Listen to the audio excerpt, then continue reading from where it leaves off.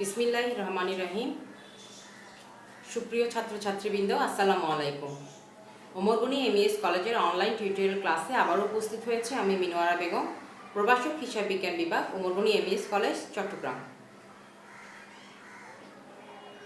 আমি আজ ক্লাস নিব অনার্স প্রথম বর্ষ হিসাব বিজ্ঞান বিভাগের প্রিন্সিপাল অফ অ্যাকাউন্টিংয়ের মার্চেন্ডাইজিং অপারেশনস অ্যান্ড অ্যাকাউন্টিং সিস্টেমের উপর, উক্ত অধ্যায়ের উপর এটি আমার পঞ্চম ক্লাস। গত ক্লাসে আমি আলোচনা করেছিলাম পারপিচুয়াল ইনভেন্টরি সিস্টেম নিয়ে। আজকে আমি ওই সিস্টেমের উপর একটি গুরুত্বপূর্ণ অঙ্ক করাবো। অঙ্কটি তোমরা পাবে কমার্স পাবলিকেশন বইয়ে C18, অথবা যাদের কাছে এই বইটি নাই তারা ফলো করবে 2015 সালের যে প্রশ্ন এসেছিল সেই প্রশ্ন, অর্থাৎ ইয়ার কোয়েশন কত 2015। আমি বোর্ডে লিখে দিয়েছি তোমাদের সুবিধার জন্য। কমার্স পাবলিকেশনস বই যেটা আছে ওটার C18 নাম্বার কোয়েশন, অথবা ইয়ার কোয়েশন কত 2015। আজকে আমি প্রশ্নটা বোর্ডে তুলব না, আমি মুখে বলবো, তোমরা চেষ্টা করবে আমি কি বলছি তা বুঝে নেওয়ার জন্য। এপ্রিলেরই একটা অঙ্ক আমি তোমাদের একটু পড়ে শোনাচ্ছি। লেনদেনগুলো শুরু হয়েছে এপ্রিলের 5 তারিখ থেকে। এপ্রিলের 5 তারিখে কি বলছে একটু শোনো। Purchase merchandise on account from মেঘনা কোম্পানি, টাকা 1200 এফওপি শিপিং পয়েন্ট, টার্মস হচ্ছে তোমার 2/10 and by 60। আচ্ছা, বলছে মেঘনা কোম্পানি থেকে কোনো দ্রব্য ক্রয় করা হয়েছে 1200 টাকা। মেঘনা কোম্পানি থেকে কোনো দ্রব্য পারচেস করা হয়েছে কত টাকা? 1200 টাকা। আর শর্ত দিয়েছে 2/10 and by 60। 1200 টাকা পণ্য দ্রব্য ক্রয় করা হয়েছে এবং উক্ত টাকা বাকিতে 1200 টাকা পণ্য দ্রব্য ক্রয় করা হয়েছে। উক্ত টাকা পরিশোধ করার জন্য তোমাকে টাইম দেওয়া হয়েছে 60 দিন। তবে তুমি যদি 10 দিনের মধ্যে টাকাটা পরিশোধ করতে পারো তবে এই ক্ষেত্রে তোমাকে 2% বাট্টা দেওয়া হবে। ঠিক আছে? আচ্ছা, এখন দেখো তাহলে আমি জার্নাল দিচ্ছি। পারচেজের জার্নালটা কিরকম আমরা আগেও শিখেছি। দেখো তাহলে এপ্রিলে 5 তারিখে কি বলছে? পারচেজ করেছে বাকিতে, ঠিক না? তাহলে মার্চেন্ডাইজিং ইনভেন্টরি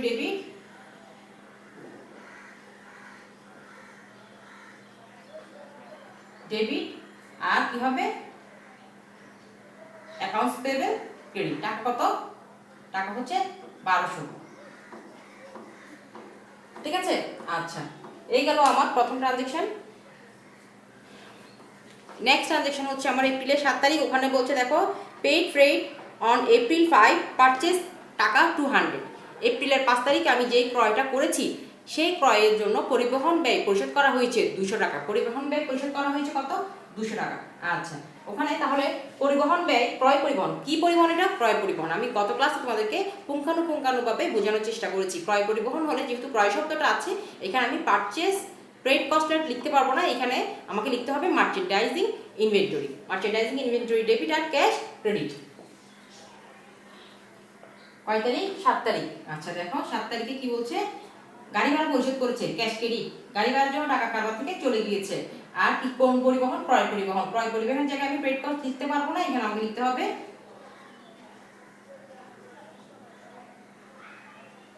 মার্চেন্ডাইজিং ইনভেন্টরি। ঠিক আছে? 200 টাকা। মার্চেন্ডাইজিং ইনভেন্টরি ডেবিট 200 টাকা আর ক্যাশ ক্রেডিট 200 টাকা। আমি তোমাদের গত ক্লাসে বলেছিলাম না, ক্রয়, ক্রয় পরিবহন, ক্রয় ফেরত, ক্রয় বাট্টা, এই চারটার উপর জার্নাল দেখিয়েছিলাম, তার উপরেই বেস করে মূলত এই প্রশ্ন, এই অঙ্ক। আচ্ছা গেল। তারপর কি বলছে দেখো, 9 তারিখের ট্রানজেকশনে কি বলছে? রিসিভ ক্রেডিট ফ্রম মেঘনা কোম্পানি ফর মার্চেন্ডাইজ রিটার্ন, টাকা 300। রিসিভ করেছে, ফ্রম মেঘনা কোম্পানিকে দিয়েছে, ফেরত দিয়েছে। তুমি যেই মেঘনা কোম্পানি থেকে পণ্য কিনেছিলে 5 তারিখে কত টাকা? 1200 টাকা পণ্য কিনেছো। 5 তারিখে তুমি মেঘনা কোম্পানি থেকে পণ্য কিনেছিলে কত? 1200 টাকা। 9 তারিখে এসে মেঘনা কোম্পানিকে তুমি ফেরত দিয়েছো কত টাকা পণ্য? 300 টাকা পণ্য। তাহলে এটা কোন ফেরত? ক্রয় ফেরত। ক্রয় ফেরত, ক্রয় যদি ডেবিট হয়, ক্রয় ফেরত কি হবে? ক্রেডিট হবে। ক্রয় ফেরত কি হবে? ক্রেডিট হবে। তারিখটা হচ্ছে 9, এপ্রিলে 9 তারিখ। এপ্রিলের 9 তারিখে আমাকে কি বলে? ক্রয় ফেরত সংগঠিত হয়েছে। তুমি মেঘনা কোম্পানিকে ফেরত দেওয়া হয়েছে কত টাকার পণ্য? 300 টাকার পণ্য। তাহলে এটা কোন ফেরত? ক্রয় ফেরত, কারণ তুমি মেঘনা কোম্পানি থেকে পণ্য ক্রয় করেছিলে। আচ্ছা, ক্রয় ফেরত এখানে কি হবে? ক্রেডিট হবে। আর অ্যাকাউন্টস পেমেন্ট কি হবে? ডেবিট হবে।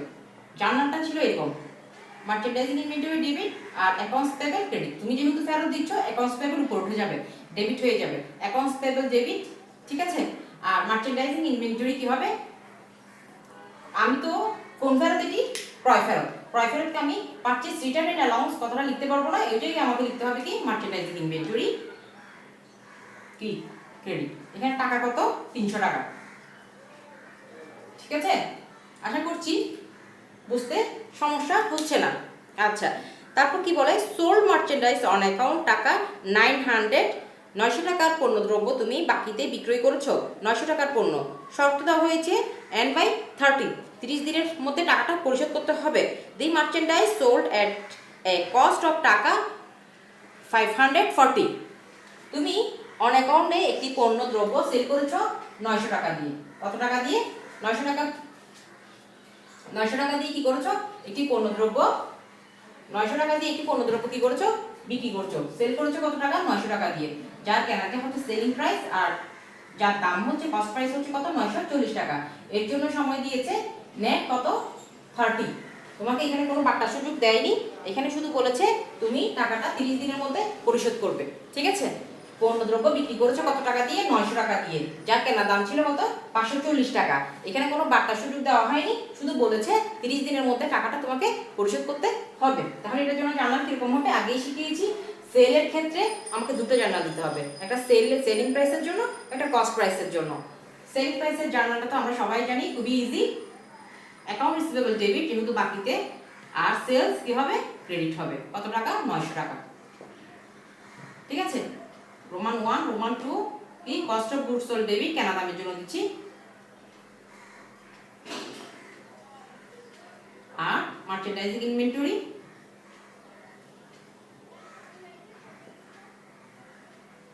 ক্রেডিট কত টাকা? 940 টাকা,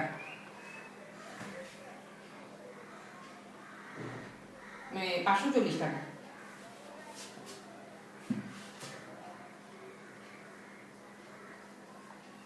ঠিক আছে। আচ্ছা গেল। আসো এবার 9 তারিখের লেনদেন আমার সম্পন্ন হয়েছে। ওটা ছিল আমার 10 তারিখের লেনদেন। এটা তারিখটা ছিল 10, তারিখটা ছিল এটি কত? 10। আচ্ছা, তারপরে চলো 12 তারিখে কি বলে? Purchase merchandise from Shakil company. Purchase করছে শাকিল কোম্পানি থেকে 760। শাকিল অন্য একটা, প্রথমে তো মেঘনা থেকে কিনেছো, এবার আসছে শাকিল থেকে কিনতে। কত টাকা? শাকিল থেকে তুমি কোনো দ্রব্য ক্রয় করছো কত টাকা দিয়ে? 760 টাকা দিয়ে। 760 টাকা দিয়ে শাকিল থেকে কোনো দ্রব্য ক্রয় করছো। আর শর্ত দিচ্ছে তোমাকে কি? শর্ত দিচ্ছে 10 দিনের মধ্যে তুমি যদি পেড করতে পারো, তবে 10 দিনের মধ্যে যদি টাকাটা পেড করতে পারো তোমাকে 1% বাট্টা দেওয়া হবে। আর অথবা পুরো সম্পূর্ণ টাকাটা পেড করার জন্য তুমি সময় পাবে 30 দিন। 30 দিনের মধ্যে টাকাটা পরিশোধ করতে হবে। যদি তুমি 10 দিনের মধ্যে দিয়ে দিতে পারো, তবে তুমি এই ক্ষেত্রে 5% বাট্টার সুযোগ পাবে, 1% বাট্টার সুযোগ পাবে। আচ্ছা, এখন আমাকে বাট্টা নিয়ে চিন্তা করতে হচ্ছে না। এখন শুধু আমি কিসের জার্নাল দিব? ক্রয়ের জার্নাল দিব। সেটা হচ্ছে কি? পারচেজ করার জার্নালটা দিব। আমরা আগে শিখেছিলাম পারচেজ করার জার্নালটা কি? মার্চেন্ডাইজিং ইনভেন্টরি ডেবিট আর অ্যাকাউন্টস পেবল কি হবে? ক্রেডিট।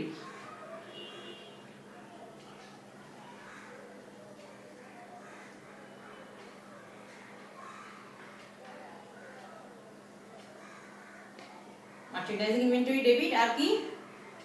অ্যাকাউন্টস পেবল কি হবে? ক্রেডিট। টাকা কত? 760 টাকা, 760 টাকা। আচ্ছা,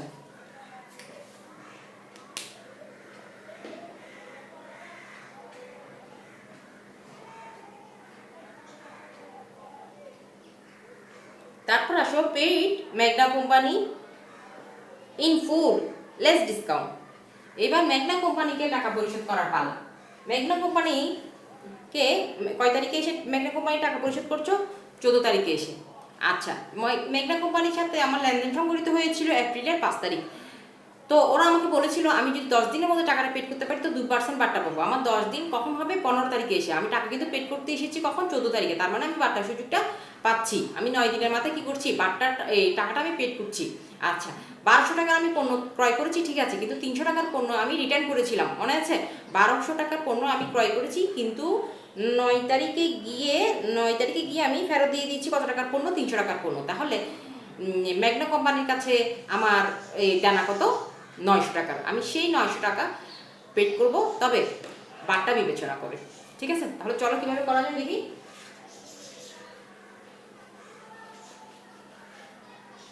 টাকা পরিশোধ করতে যাচ্ছি, অ্যাকাউন্টস পেবেলকে আমি টাকা পরিশোধ করব, তাহলে অ্যাকাউন্টস পেবেল কি হয়ে যাবে, ডেবিট। অ্যাকাউন্টস পেবেল কি হয়ে যাবে, ডেবিট। আর ক্যাশ ক্রেডিট। ঠিক না, আমি বার্তার সুবিধা পাচ্ছি। এটা কোন বার্তা, পারচেজ ডিসকাউন্ট। পারচেজ ডিসকাউন্ট আমার জন্য কি, পারচেজ ডিসকাউন্ট আমার জন্য ক্রেডিট। যেহেতু টাকা কম দিচ্ছি, কম দেওয়াতে আমার সুবিধা, সেটা আমার লাভ, এই জন্য পারচেজ ডিসকাউন্টটা সবসময় কি হবে, ক্রেডিট হবে। তবে এখানে আমি পারচেজ ডিসকাউন্ট কথাটা লিখতে পারবো না, এখানে আমাকে লিখতে হবে কি, মার্চেন্ডাইজ ইনভেন্টরি। তাহলে এখানে কি লিখতে হবে,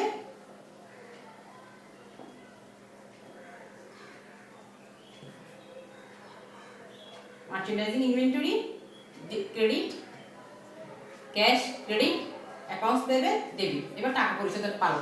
অ্যাকাউন্টস পেবেল আমার থেকে মোট টাকা পাবে কত টাকা, 900। ঠিক না, কিভাবে এসেছে 900, আগে টাকা আমি লেনদেন করেছি কত, 1200 টাকা, আর 300 টাকা প্রোডাক্ট আমি ফেরত দিয়ে দিয়েছি, এই জন্য কত টাকা, 900 টাকা। আচ্ছা ঠিক আছে, এখন এই 900 টাকার উপরে কি করতে হবে, বার্তার হিসাবটা করতে হবে।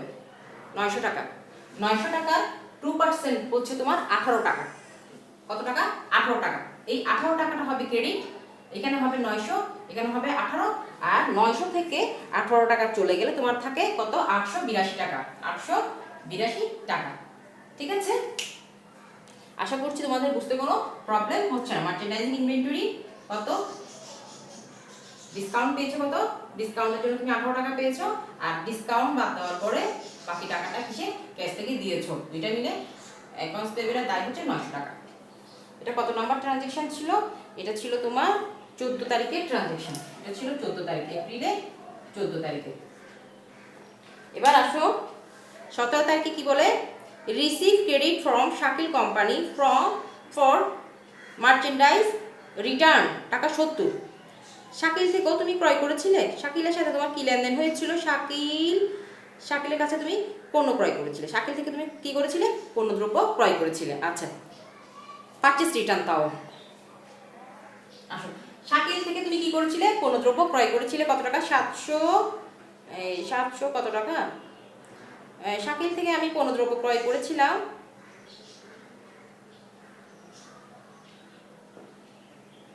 760 টাকার পণ্যদ্রব্য আমি ক্রয় করেছিলাম। সেই 760 টাকা না, এই 7, এটা টাকাটা হবে তোমার 760 টাকাই ধরো, 760 টাকার প্রোডাক্ট আমি ক্রয় করেছিলাম, ওখান থেকে আমি 70 টাকার প্রোডাক্ট আমি ফেরত দিয়ে দিচ্ছি। ঠিক আছে, কত টাকা ফেরত দিয়ে দিচ্ছি,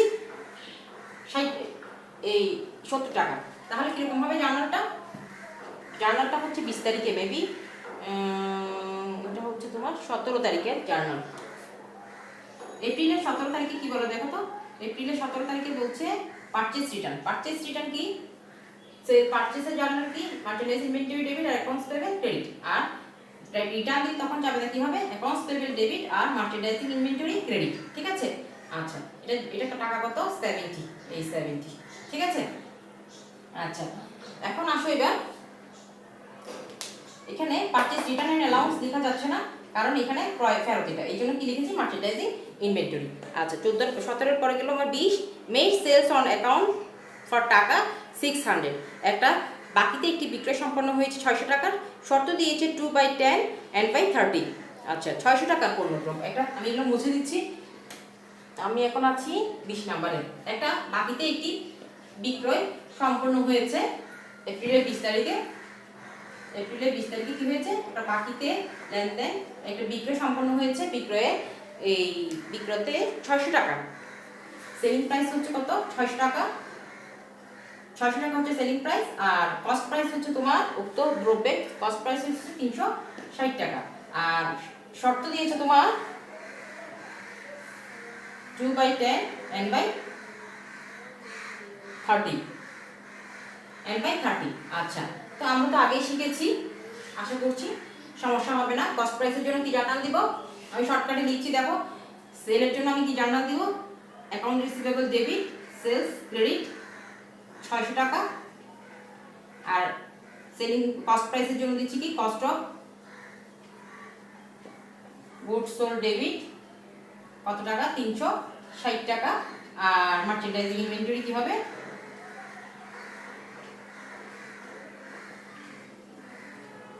মার্চেন্ডাইজিং ইনভেন্টরি 360 টাকা ক্রেডিট। এটা হচ্ছে রোমান 1, হচ্ছে রোমান 2। সেলসের জন্য জানলাম সবসময় কয়টা হবে? 2টা হবে। আচ্ছা, এই গেল। 20 তারিখে আসো, শাকিলকে পেড করতে হবে। শাকিলকে ফুল পেড করছে। শাকিল থেকে আমি প্রথমে পণ্যদ্রব্য ক্রয় করেছিলাম কত টাকার?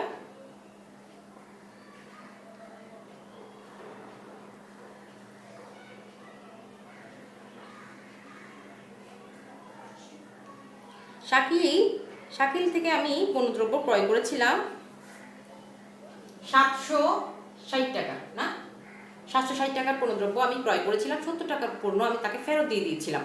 তবে ওখানে একটা শর্ত দিয়েছিল, এই টাকাটা, এই টার্মস দিয়েছিল তোমার 10 দিনের মধ্যে যদি আমি টাকাটা পেড করতে পারি তো 1% বাট্টা পাবো। লেনদেনটা সংঘটিত হয়েছিল 12 তারিখে। টাকা পেড করতে আসছি আমি কত তারিখে? 24 তারিখে। তাহলে 10 দিনের জন্য 22 তারিখের মধ্যে যদি আমি টাকাটা দিতে পারতাম তাহলে 1% আমি বাট্টা পেতাম। 10 দিনের মধ্যে যদি 12 তারিখের লেনদেন, 10 দিনের মধ্যে যদি আমি টাকাটা পরিশোধ করতে পারতাম, 22 তারিখের মধ্যে যদি আমি টাকাটা পেড করতে পারতাম 1% বাট্টা পেতাম। বাট এখন পাচ্ছি না, কারণ 24 তারিখে আসছে আমি টাকাটা পেড করতে। এক্ষেত্রে কিছুই না, আমি অ্যাকাউন্টস পেয়েবলকে টাকা পেড করছি। শাকিলের সাথে এটা কি ছিল? পারচেজ ছিল। আমি অ্যাকাউন্টস পেয়েবলকে টাকা পেড করছি। অ্যাকাউন্টস পেয়েবল কি হবে? ডেবিট হবে। আর কি হবে? ক্যাশ ক্রেডিট হবে। ঠিক তো? এখানে আমি কোনো বাট্টা পাচ্ছি না। বাট্টা যদি পেতাম এখানে বসতো মার্চেন্ডাইজিং ইনভেন্টরি। আমি যেহেতু বাট্টা পাচ্ছি না তো হবে না। আমি এখানে ওর থেকে পণ্য কিনেছিলাম 760 টাকা, ফেরত দিয়ে দিয়েছিলাম আবার 70 টাকা। ঠিক আছে? তো বাকি টাকাটা এখানে বসবে। এখানে কত বসবে? 590 টাকা।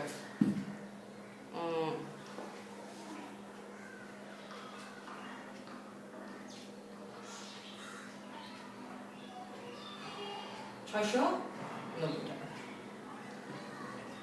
ঠিক আছে?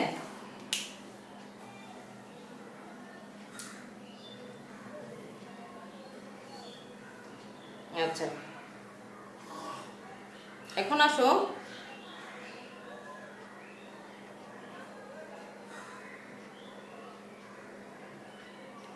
Sales return. এটা সংগঠিত হয়েছে granted and allowance to credit customer on April 20 sales টাকা 60। আচ্ছা, এপ্রিল 20-তে কী ঘটেছিল আগে দেখে আসি। এপ্রিল 20-তে একটি বিক্রয় সম্পন্ন হয়েছিল। সেই বিক্রয় ছিল 60 টাকার একটা বিক্রয় ছিল। কয় টাকার বিক্রয় ছিল? 60 টাকার। 600 টাকা। 600 টাকায় আমি একটি পণ্যদ্রব্য বিক্রি করেছিলাম 600 টাকা দিয়ে। ওটা কেনা দাম ছিল 340 টাকা। এখন 360 টাকা, ওখান থেকে আমি 60 টাকার প্রোডাক্ট ফেরত দিয়ে দিচ্ছি। আচ্ছা, তো ফেরতের জার্নালটা কীরকম হবে? ফেরতের জার্নাল তো আমরা জানি। ফেরতের জার্নাল হবে কি? Sales return. সেলস যদি হয় ক্রেডিট, সেলস রিটার্ন কি হবে? ডেবিট। সেলস, এটা লাস্ট কত নাম্বার? 25 নাম্বার, এপ্রিলের 25 তারিখ। সেলস রিটার্ন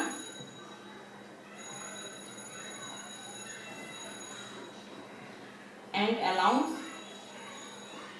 ডেবিট আর অ্যাকাউন্ট রিসিভেবল ক্রেডিট। টাকা কত? টাকা হচ্ছে তোমার টাকা হচ্ছে তোমার 60 টাকা।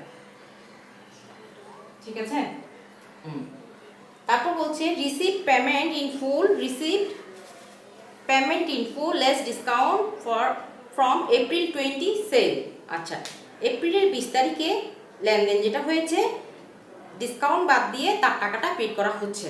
আচ্ছা, ওখানে আমাকে 20 তারিখে আমাকে শর্ত দিয়েছিল 10 দিনের মধ্যে যদি আমি টাকাটা পেড করতে পারি তো 2% বাট্টা পাবো। কিন্তু আমি টাকাটা পেড করতে এসেছি কখন? দেখো, লেনদেন হয়েছে 20 তারিখ, আমি 29 তারিখে টাকাটা দিয়ে দিচ্ছি। তার মানে আমি বাট্টার সুবিধাটা পাচ্ছি।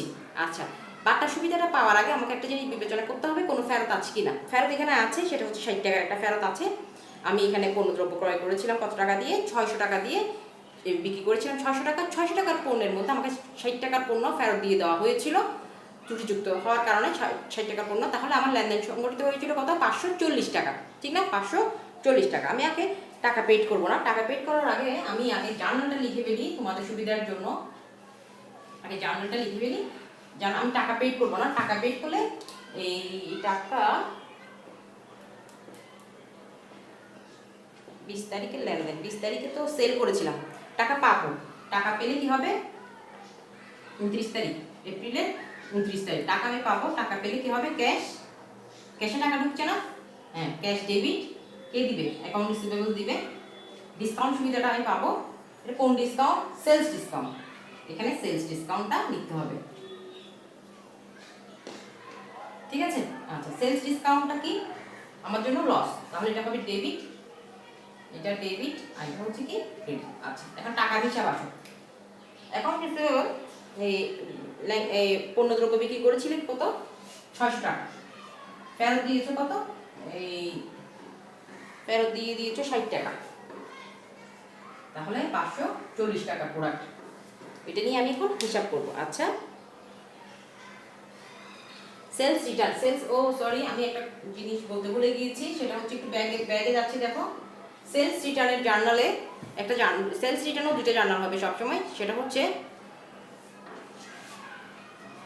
সেলস রিটার্নও তোমার জার্নাল কয়টা হবে? দুটো হবে। একটা হচ্ছে এই প্রথমেই বলেছিলাম সেলস রিটার্ন, সেলস রিটার্ন হবে কি?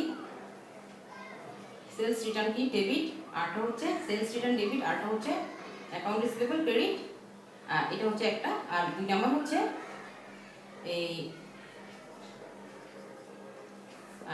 Cost of goods sold debit আর মার্চেন্ডাইজিং ইনভেন্টরি ক্রেডিট লিখেছিলাম না সেলসে, সেটা উল্টে যাবে। মার্চেন্ডাইজিং ইনভেন্টরি ডেবিট আর কস্ট অফ গুডসও কি হবে? ক্রেডিট হবে। সেলস রিটার্নে এই জার্নালটা বসবে। সেলস রিটার্ন বললে গত ক্লাসেও আমি বলেছিলাম, সেলস রিটার্নে হলে কি হবে? সেলস রিটার্ন ডেবিট হবে, অ্যাকাউন্ট রিসিভেবল ক্রেডিট হবে। আর মার্চেন্ডাইজিং ইনভেন্টরি, ওখানে সেলসের ক্ষেত্রে দুইটা জার্নাল দিয়ে দেবে সবসময়, অ্যাকাউন্ট রিসিভেবল আর সেলস রিটার্ন। আর এখানে কি হবে? মার্চেন্ডাইজিং ইনভেন্টরি ডেবিট আর কস্ট ক্রেডিট। আচ্ছা, এখন দেখো একটা জিনিস বলতে হচ্ছে, সেটা হচ্ছে সেলসে ফেরত দিয়েছো কত? আমি আবার তোমার তারিখটা হচ্ছে তোমার 24 তারিখে 25 তারিখের লেনদেন, এটা হচ্ছে 25 তারিখের লেনদেন। 25 তারিখে বলেছিল 60 টাকার পণ্যদ্রব্য ফেরত দিয়ে দেওয়া হয়েছে। বিক্রয় করেছিলে তুমি 600 টাকা, ওখান থেকে 60 টাকার প্রোডাক্ট তোমাকে ফেরত দেওয়া হয়েছে। আচ্ছা, 60 টাকা ফেরত দিয়েছো, 60 টাকা তো বিক্রয় মূল্য ছিল, তাহলে এটা কেনা দামটা কত ছিল? যেহেতু বিক্রয়ের জন্য দুটো জার্নাল, এটা হচ্ছে বিক্রয়ের জন্য কটা জার্নাল? দুইটা। এটা হচ্ছে অ্যাকাউন্ট রিসিভেবল ডেবিট আর সেলস ক্রেডিট, ঠিক আছে? তারপরে এই merchandising cost of goods sold debit আর মার্চেন্ডাইজিং ইনভেন্টরি ক্রেডিট। এখানে ছিল 600 টাকা, এখানে হচ্ছে 340 টাকা। তো এখন এখান থেকে যদি আমাকে ফেরত দিয়ে দিচ্ছে কত টাকার পণ্য? 60 টাকার পণ্য। তো 60 টাকার পণ্য সেলস এন্ড রিটার্নে যাবে 60 টাকা। আর এই জায়গায় একটু চেঞ্জ হবে, 60 টাকা 600 টাকার জন্য যখন একটি পণ্যের দাম যখন 600 টাকা ছিল, কেনা দাম বের করছি আমি, এই 60 টাকার পণ্যের কেনা দাম কত? 600 টাকা যখন বিক্রয় মূল্য ছিল, দেখো ওই নিয়ম, বিক্রয় যখন 600 ছিল, তখন ক্রয় মূল্য ছিল 340। তাহলে বিক্রয় মূল্য যদি 60 টাকা হয়, তবে ক্রয় মূল্য কত? 340 600 ইন্টু কত? 60, ঠিক আছে? এখানে আসবে 36 টাকা।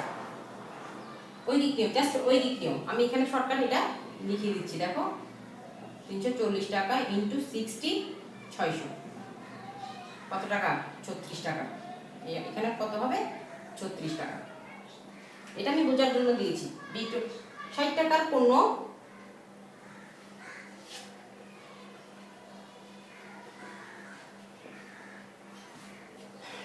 যে পণ্যটা তুমি 60 টাকা দিয়ে 600 টাকা দিয়ে 340 টাকা দিয়ে কিনেছিলে, সেটার বিক্রয় দাম বিক্রি করছে 600 টাকা দিয়ে। তো 600 টাকা যখন বিক্রয় ছিল, তখন ক্রয় মূল্য ছিল তার 340 টাকা। 60 টাকার যে পণ্যটা তোমার কাছে ফেরত এসছে, বিক্রয় করেছিলে 60 টাকার কেনা দামের পণ্য যদি ফেরত আসে, ওইটার কেনা দাম কত? 60 টাকা কেনা দাম কত? 60 টাকা পণ্য দ্রব্যের কেনা দাম হচ্ছে তোমার কত? 36 টাকা। সেই 36 টাকার জার্নাল আমি দিয়েছি। আর না বুঝলে এভাবে করতে হবে, ঠিক আছে? আচ্ছা, গেল। এবার হচ্ছে পরিশোধ 29 তারিখে আবার ফিরে আসলাম। Receive payment in full less discount from April 20 sales. আচ্ছা, এপ্রিলের 20 তারিখে যে লেনদেনটা হয়েছে তার টাকা পরিশোধ করতে আসছে। আচ্ছা দেখো, আমার লেনদেনটা হয়েছিল 600 টাকা। লেনদেনটা কত টাকা হয়েছিল? 600 টাকা।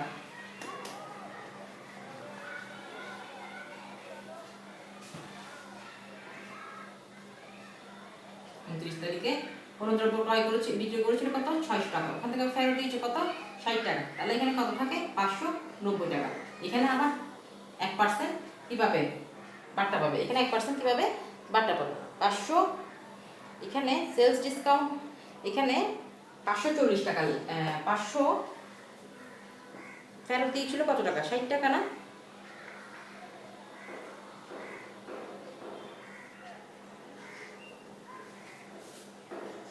$540 টাকা, কত? 540 টাকা। 600 টাকা থেকে 60 টাকা চলে গেলে 540 টাকা। এই 40 টাকার উপর আবার 1% কিভাবে বাট্টা পাবে। 1% বাট্টায় আসবে তোমার কত? 11 টাকা। তাহলে এই 540 টাকা থেকে 11 টাকা গেলে কত থাকবে? আর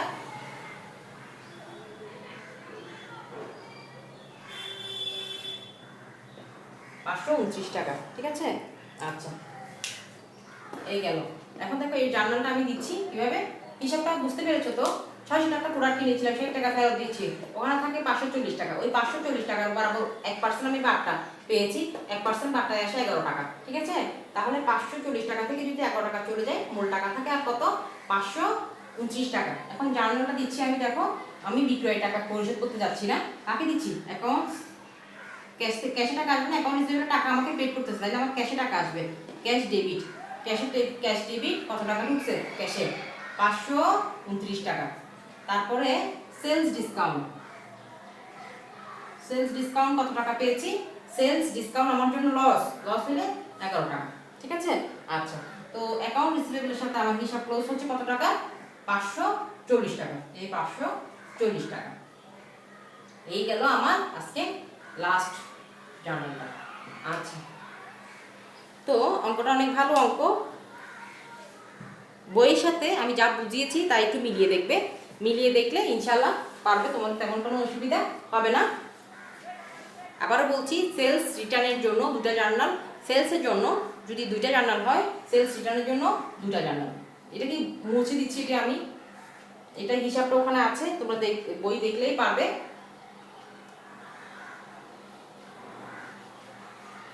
আবার একটু বলছি লাস্ট বারের মতো, সেলসের জার্নাল কয়টা? দুইটা, অ্যাকাউন্ট রিসিভেবল আর সেলস। ঠিক আছে, আর হচ্ছে কস্ট অফ গুডস সোল্ড, আর হচ্ছে কি মার্চেন্ডাইজিং ইনভেন্টরি। এটা হচ্ছে সেলসের জন্য। এটা কিসের জন্য? সেলসের জন্য। তো সেলস রিটার্নের জন্য কিরকম হবে? সেলস রিটার্নের জন্য এই জার্নালটাই হবে। সেলসের জন্য জার্নাল হবে কি উল্টে যাবে, সেলস রিটার্ন, সেলস যদি ক্রেডিট হয়, এখানে সেলস ফেরত দিলে সেলস রিটার্ন হবে কি? সেলস রিটার্ন ডেবিট, আর account receivable credit, account receivable credit. তারপরে এইটা জাস্ট উল্টে যাবে, এখানে মার্চেন্ডাইজ ইনভেন্টরি যেটা ছিল ওইটা হয়ে যাবে ডেবিট, আর কস্ট অফ গুডস হয়ে যাবে ক্রেডিট। এটা তোমাকে ক্যালকুলেশন করে বের করতে হবে, আর এটা যত টাকায় ফেরত দিবে তত টাকাই বসবে। যেমন আমার অঙ্কের মধ্যে 60 টাকার পণ্য ফেরত দিয়েছে, 60 টাকা আমি লিখেছি, আর এখানে 60 টাকা পণ্য দ্রব্যের কেনা দাম কত, এটা আমাকে ক্যালকুলেশন করে বের করতে হয়েছে। 600 টাকার পণ্যের কেনা দাম ছিল 360 টাকা না কত? 360 টাকা। 60 টাকার পণ্যের দাম, দ্রব্যের কেনা দাম কত হবে? 36 টাকা। ঠিক আছে, এখানে বসবে কত? 36 টাকা। আশা করছি বুঝতে পেরেছো। আজকে এই পর্যন্ত, যা করেছি তাই একটু বাসায় প্র্যাকটিস করবে, না বুঝলে আমাকে জানাবে। সবার সুস্বাস্থ্য কামনা করে আমি এখানে শেষ করছি। আল্লাহ হাফিজ।